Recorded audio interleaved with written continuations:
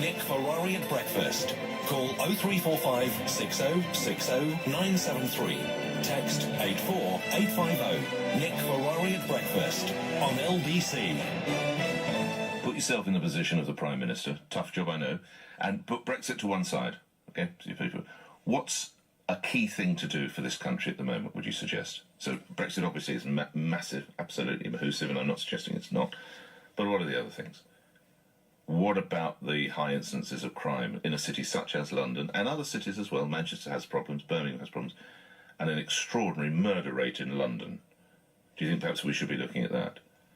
The health service, okay, 3 weekends ago we found billions of pounds, but we know it was creaking at the seams for the last winter, so would you address your attention to that? It's worth, isn't it? Housing.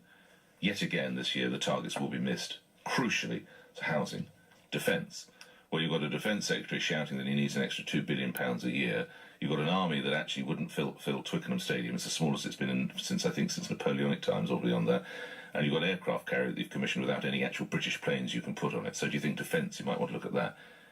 Education. Well, we've just taken, or our children have just taken this new form of GCSE. It remains to be seen how well it's bedded in, but by God, it's caused some concerns with parents. So there we are. I've effortlessly run through defence, education, health. Now, I'll tell you what the Prime Minister's really interested about. Making sure that switching gender will be easier. What? Now, I'm not saying that if you're caught in a situation, you don't need our help and our support and our compassion. But is it really something the Prime Minister should take so important and so seriously? Mrs May proclaiming yesterday that transgender people across the UK find the process of legally changing their gender overly bureaucratic and invasive. I want to see a process that is more streamlined and demedicalised, because being trans should never be treated as an illness. She was talking to ITV News. So this idea of a doctor, do you remember we talked about this yesterday? With an average, I would suggest, government representative. Now you don't even need, so now you can change your gender without, if she gets her way, without a doctor's certificate. Now, if you think I'm in the minority here, what about a poll that's been done by Pink News, by the way, by Pink News, the LGBT website? Fewer than 1 in 5 voters, 18% in fact, support a change in this law allowing people to self-identify. 18%. If you then boil it down to Conservative voters, it falls to 13%. For the love of all that's holy, what is this Prime Minister, for whom I have a degree of sympathy, because I think she's only doing it through a sense of duty. I don't think she's enjoying it any more than the rest of us are. Why the hell is she getting caught up with something like this when it's of virtually no interest to her own voters? Why isn't she out there doing things about education, about housing, about defence, about law and order, changing gender? As you know, we spoke about this. A consultation on gender assignment was launched by the PM yesterday. She subsequently gave this interview, as I said, to that TV station. Currently, a doctor must confirm that someone is suffering from gender dysphoria. This is where your birth sex is harming your emotional, mental health. You then provide a second medical report outlining details of treatment. It costs around £140. The consultation is suggesting the fee is scrapped and you can just effectively self-identify. So we come back to the problems with the swimming baths, or swimming ponds, I should say, up at Hampstead, where this afternoon, should I so desire, I can say that I'm identifying as a woman, buy myself a dress, yes, all right, it will have to be quite a big one, buy myself a dress and go up and just get changed with all the other girls and go swimming. And we've got a Prime Minister who supports that. Well, your views in a moment. Dear God, as if they think she shouldn't be crackling. First, Tara Hewitt is Equality and Diversity Consultant and co-founder of the Trans Equality Legal Initiative. Should we be pressing ahead with something that doesn't seem to interest the voters? Good morning. Hi, Nick.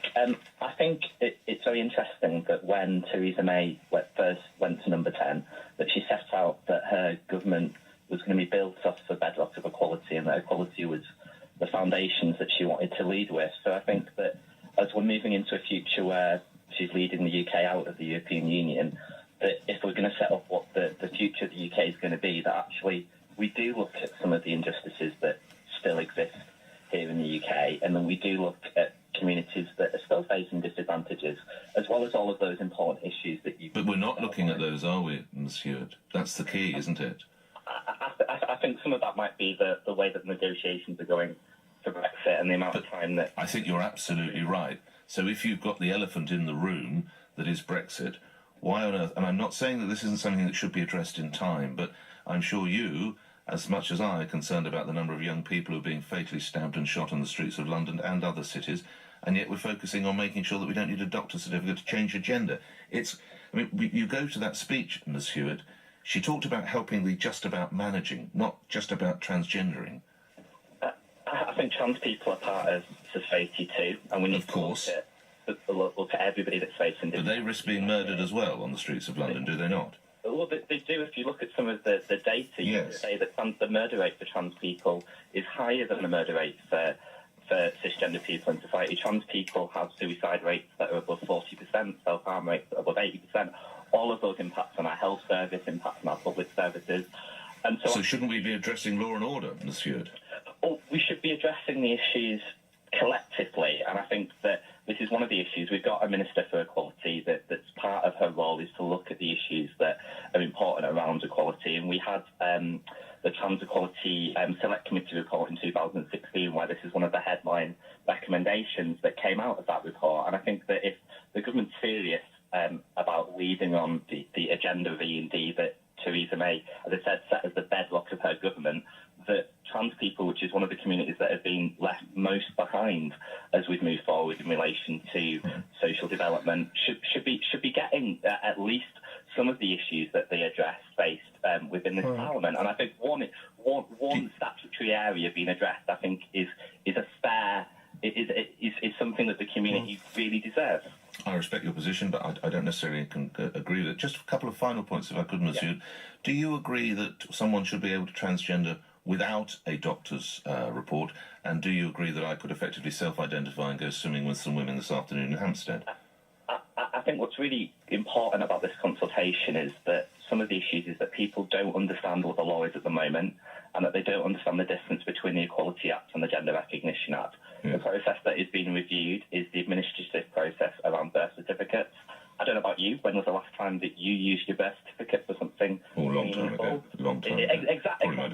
The Equality Act defines that. The Equality Act defines access to things like swimming pools, services, and that's been in place since 2010 and is based in essence, in a simplistic way, around self-ID, and we haven't seen the mass injustices that people said.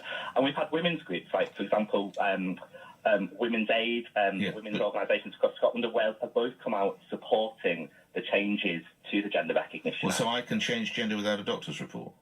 The support that we make it more accessible, the point of the consultation. No, but do I need a doctor's report, Monsieur? No, I don't think that we should have medical certification to... So I can just decide, I don't even need to persuade a doctor? I can just suddenly decide I've got gender dysphoria, can I? Not that you've got gender dysphoria, but I'm sure, Nick, that you know your gender more than I do.